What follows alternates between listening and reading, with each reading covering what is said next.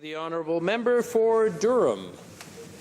Thank you very much, Mr. Speaker. It's my pleasure to rise for the third time in debate in this House of Commons on Bill C-7. Je voudrais commencer, Monsieur le Président, avec un grand remercie à tous les membres de la Gendarmerie royale du Canada. Les hommes et les femmes de la GRC sont essentiels pour notre sécurité. The men and women of our RCMP are essential to our public safety and security, and I've tried, as many members have in their speeches on C-7, to thank the men and women who wear the uniform for Canada and provide peace and security across our country. And as I've said in previous speeches, Mr. Speaker, our vast country, where in many provinces and territories, particularly in rural components of our country, the RCMP members are the only member or frontline element of public safety and security in these communities. And in many cases, the only visible extension of the federal government of Canada, Mr. Speaker. So I think it's been appropriate that all members have thanked the RCMP for their tremendous work. While Ontario is not a contract jurisdiction for the RCMP because of our Ontario Provincial Police Force, Mr. Speaker, I'm also very fortunate to have an RCMP detachment in Bowmanville in my riding as part of the O detachment group. And not only are the men and women of this detachment critical to some of the federal investigations and public safety work done in Ontario by the RCMP, as I've said constantly, Mr. Speaker, they're also the backbone of our community. These men and women form the coaches of soccer and baseball teams. They're active in our community, in our charitable organizations, and that is appreciated. And I know members of the RCMP take great pride in not just serving in communities across the country on their postings, but becoming part of those communities. So I want to start off with a great thank you to them. Mr. Speaker, as I've said in previous speeches on C-7, which has been a bit of a journey for this Parliament in response to a Supreme Court decision, and in fairness, the government has listened to some of the opposition concerns we've raised, and our Public Safety Committee did some important work on this bill. But there remain concerns that parliamentarians have, and most importantly, frontline members of the RCMP have with C-7, Mr. Speaker, and particularly the rushed nature and the lack of consultations with the frontline members of the force, which is why we're here in debate and why the Conservative Party, which has tried to work with the government throughout this process, remains as frustrated as some of the members from across the country. But to remind this House, Mr. Speaker, we're here as a result of a Supreme Court of Canada decision in the Mounted Police Association of Ontario that went from lower courts all the way to the Supreme Court, and in fairness, was a decision first considered by the previous Conservative government, and that's when our government provided an outreach program within the RCMP, a questionnaire to elicit the feedback from the frontline members of the RCMP with respect to the unionization of their force.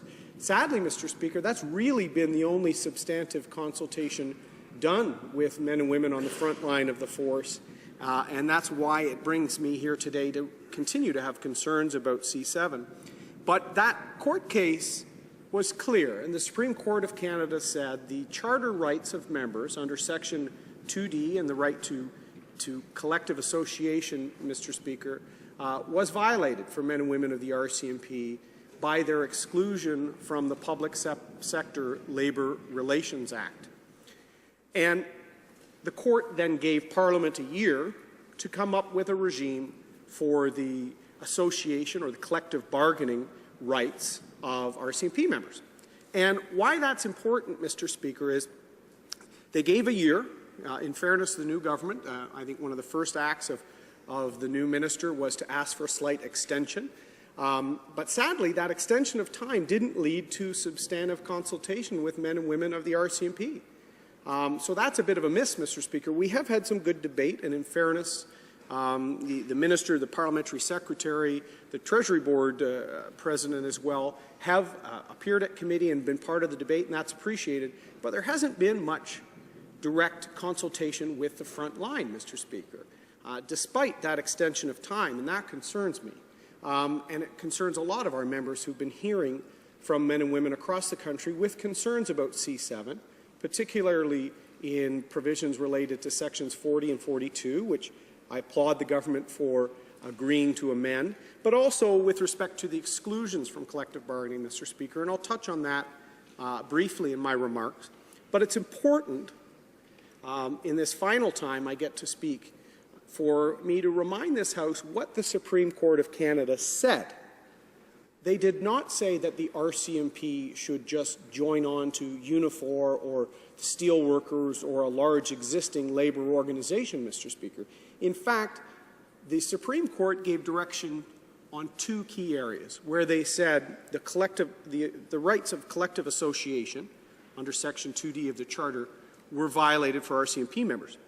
The two elements that they viewed as being required were employee choice and sufficient independence from management. Those are the two critical parts of that judgment, Mr. Speaker. And you'll see when I talk about in my remarks why these elements led the government to a pragmatic approach, but really the lack of consultations has hurt it with the employees themselves, who have to make the choice on who will be their bargaining agent, Mr. Speaker. But it's important to note the Supreme Court of Canada says clearly that Section 2D of the Charter does not protect all elements of association and collective bargaining.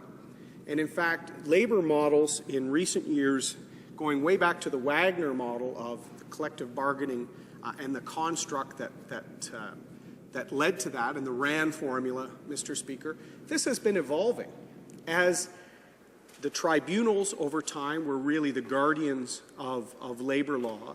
But in the advent of the Charter, Mr. Speaker, Charter protections, and particularly around collective bargaining rights, has really usurped the old work done by tribunals. And why that's important is the Supreme Court has said the RCMP, being a very unique quasi-military organization with a chain of command, with operational discipline and order constructs, the ability for postings, the unlimited liability faced by members.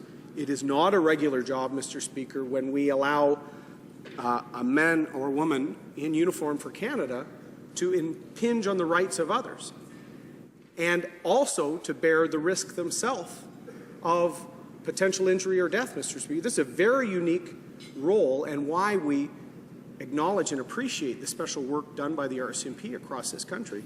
But the Supreme Court of Canada recognized clearly that the unique nature of the RCMP leads to unique needs with respect to collective organization and unionization, to put it more simply.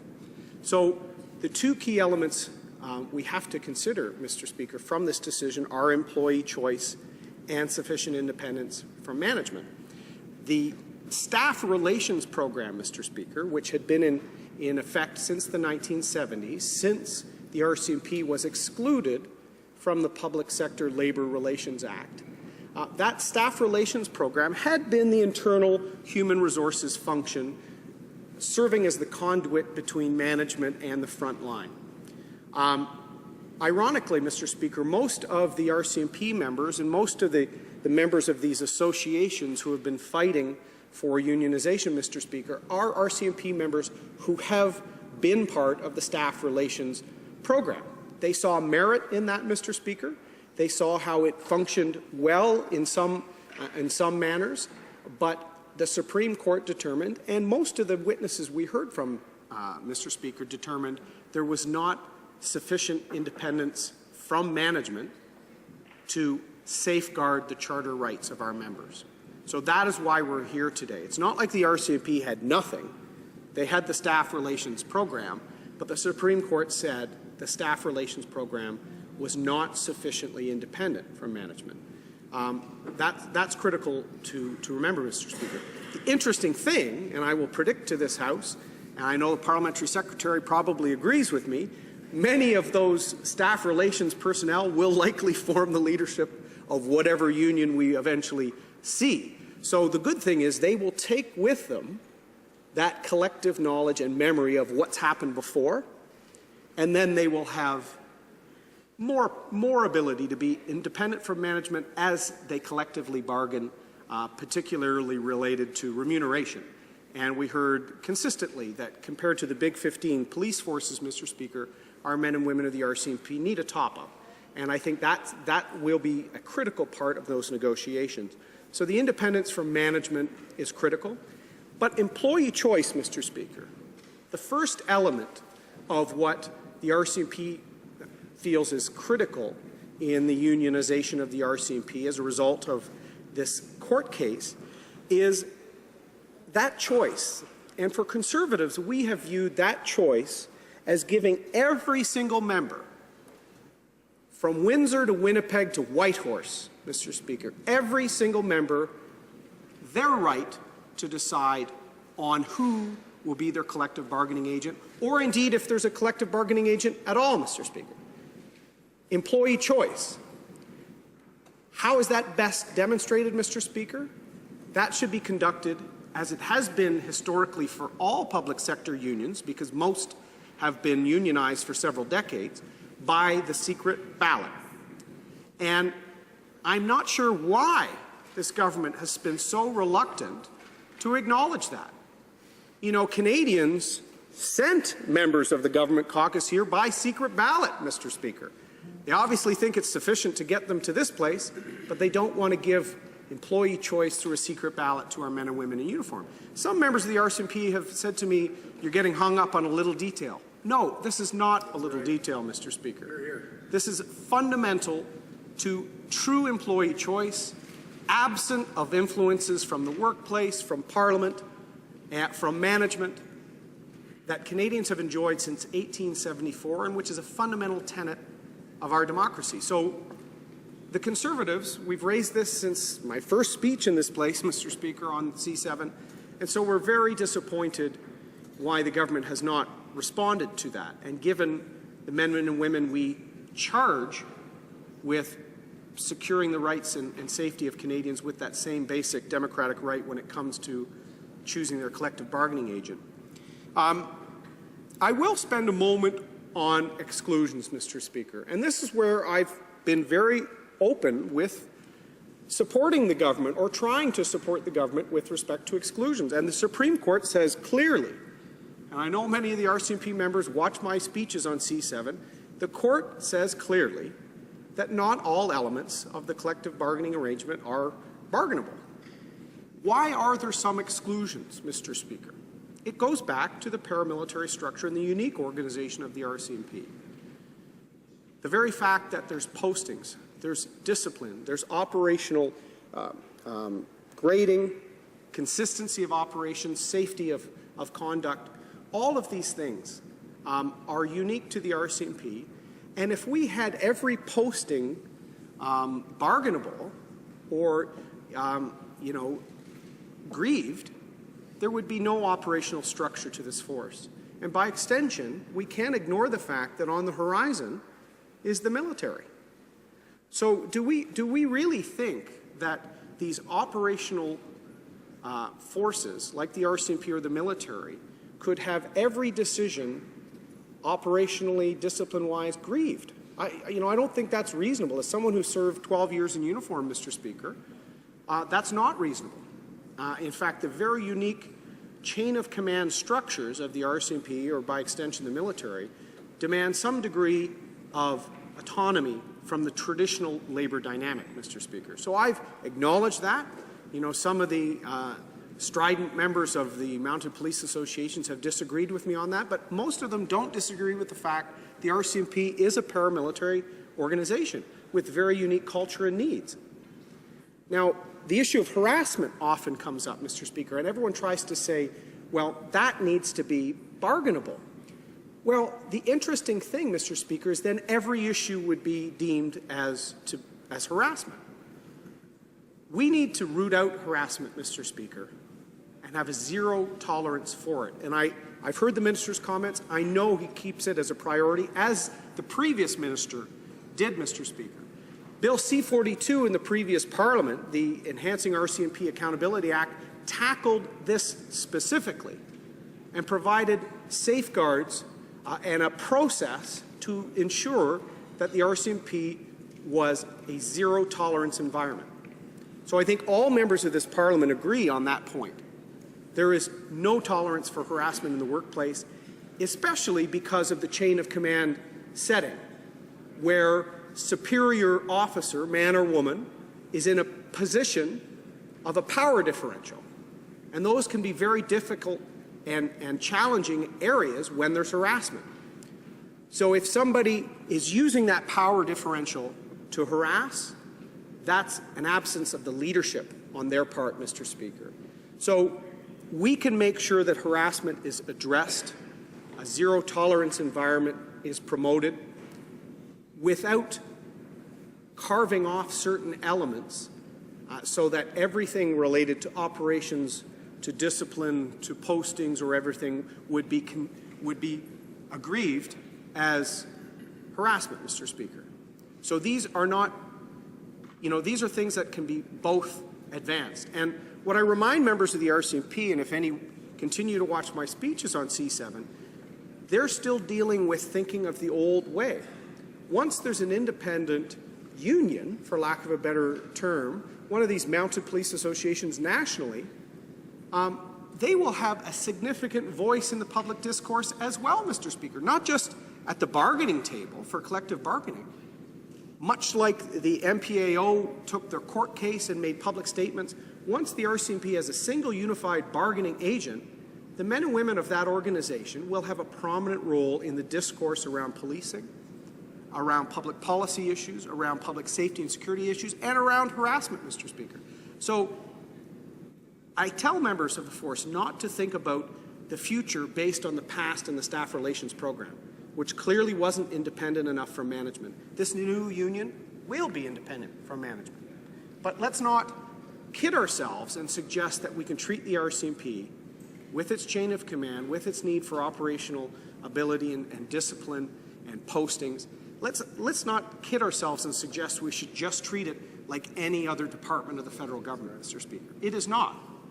We ask a lot of the men and women who wear the uniform for Canada, and in return, there is a unique set of employee and employer relationships. And the Supreme Court not only acknowledges that, but gives us the roadmap to say that is possible and, in fact, in conformance with the Charter. I would also say for the exclusions, there's also the Financial Administration Act. There's a complaints process through the civilian route. There's Treasury Board guidelines on a range of workplace issues. The collective bargaining table is not the only area where the health, wellness, and occupational elements of the workplace for RCMP members is considered, and I think we need to remember that. I would like to offer brief praise to the government on their willingness to remove sections 40 and 42 from C-7. I know the Conservative caucus and the NDP caucus joined with us on pushing to have that removed. It was not core to the Supreme Court decision and the need for a collective bargaining agent, Mr. Speaker. And in many ways, it concerned the men and women of the RCMP that the government was trying to outsource health and occupational wellness to workers' compensation bodies. And the point I'd always made, Mr. Speaker, and particularly when it comes to operational stress injuries, which we've seen a rise in, Mr. Speaker, we do not need an uneven playing field across the country on how our men and women seek treatment and compensation with respect to injuries. There needs to be one consistent high standard for our one top-level police force, Mr. Speaker. So I applaud the government for listening and for removing those provisions from C-7. I'd also say, while I have a few moments left, Mr. Speaker, our Public Safety Committee has, simultaneous to C-7, also been hearing on the issue of operational stress injuries from uniformed service personnel from across the country, Mr. Speaker. And it's heartening to see all sides working on this, and I think this will be an area that we need to take the learnings from the Canadian Armed Forces and Veterans Affairs Canada and the RCMP, share it with other municipal police forces, with firefighters, paramedics, prison guards, Mr. Speaker. But to conclude, C-7, we appreciate the government's movement on some fronts, but without the secret ballot and without the real consultations to make sure the men and women on the front lines of the RCMP understand the exclusions, which I've tried to work with the government on, we cannot support this bill as it currently stands, Mr. Speaker.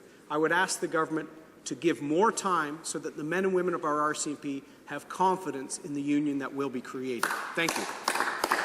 Questions et commentaires, questions and comments. L'honorable député de Montarville. Merci, Monsieur le Président.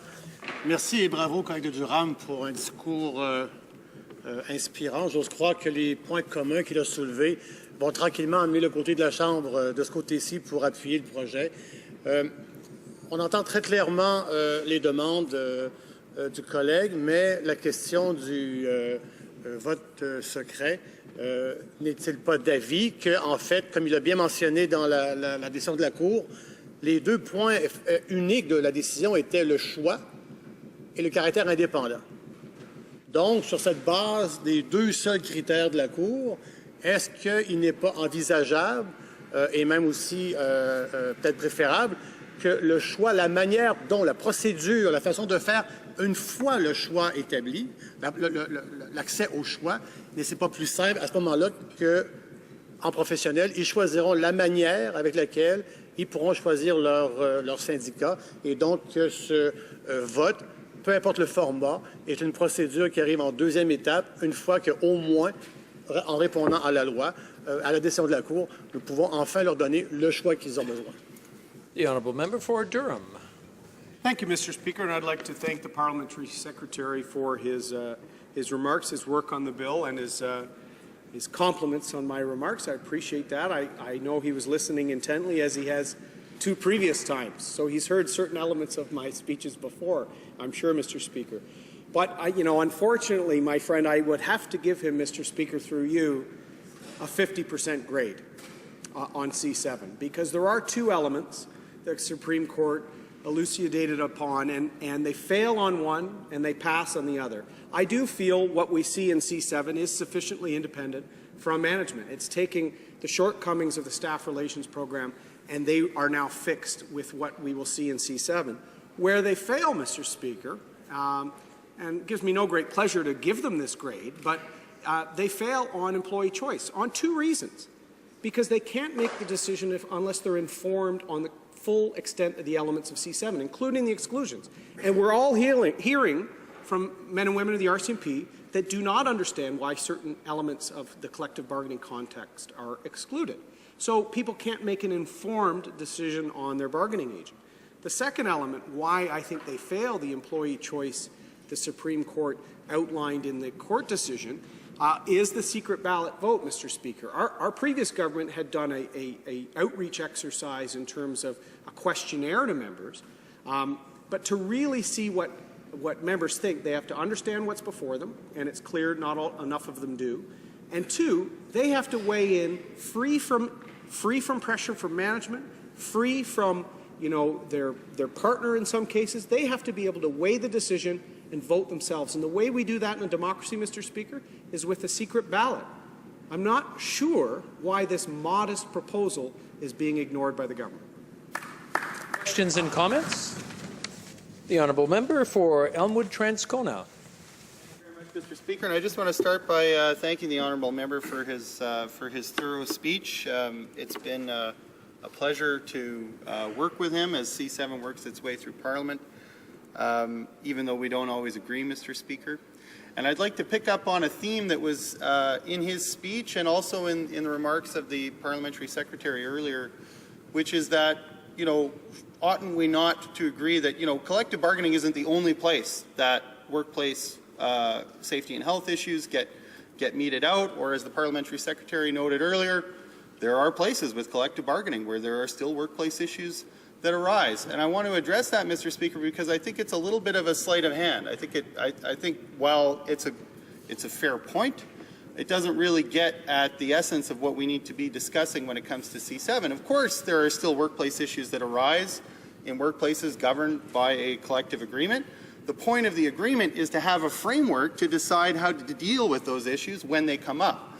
So I think it's wrong to say that because there are still workplace issues in places with collective agreements, workplaces don't need collective agreements, which is really the pared down version of the argument that we heard from the parliamentary secretary, and I would say a version of that we heard in the member's remarks.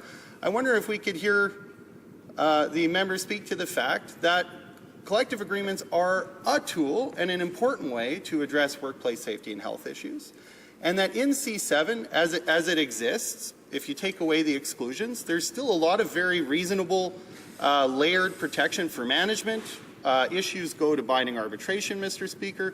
The arbitrator is required to consider the unique role of the RCMP as a national police force, as well as the stated budgetary policies of the government. So my point, Mr. Speaker, there's a lot of protection for management in C-7 without the exclusions. Why would we as a parliament want to prejudge the reasonableness of the proposals and the commitment of RCMP members and their bargaining agent to the institution and not allow them even to bring those forward, Mr. Speaker?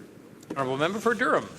Thank you, Mr. Speaker. I appreciate the work of the member from Elmwood Transcona on C-7. He joined our committee for a time, and he was a welcome addition.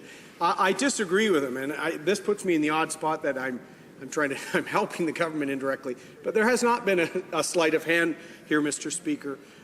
Elements of the exclusion, some things can be dealt with elsewhere. I talked about C-42 and the issues and the structure around harassment, the Financial Administration Act, Treasury Board guidelines. So there's a framework of federal regulation surrounding the workplace that also apply to the RCMP.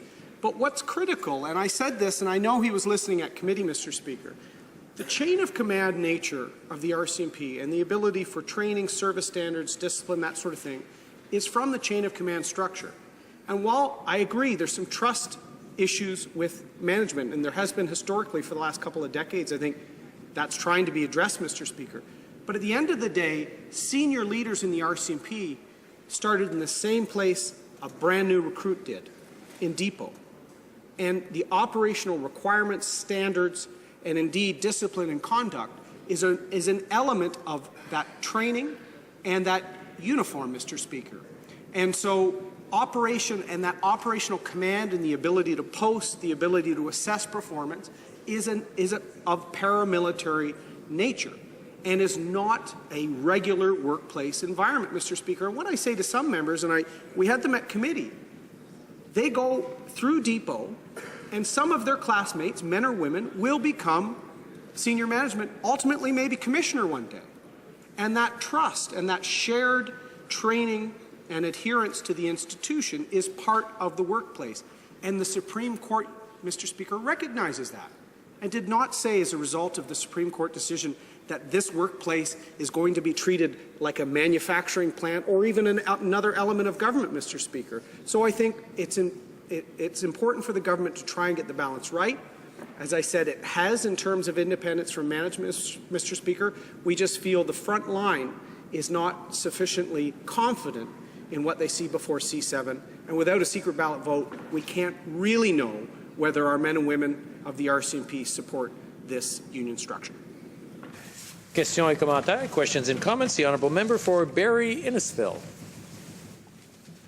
Thank you, Mr. Speaker, and I want to thank the honourable member for speaking on Bill C-7. He mentioned at the beginning of his remarks that this was the third time that he spoke, and I think I've been in this House every time he has spoken, and he's always spoken with passion, conviction, and a forthright nature. Now, I want to talk a little bit and ask the honourable member again about the secret ballot. And in questioning from the member from Sherwood Park, Fort Saskatchewan, the honourable member from Vancouver Quadra referenced that the secret ballot has seen a decline in unionization, and that studies have shown that it's seen a decline in unionization. And if you use that logic, Mr. Speaker, that's the only reason why the union movement has declined. But I would suggest that it would more so be the will of the members, and the will of the members can be had even greater under a secret ballot system.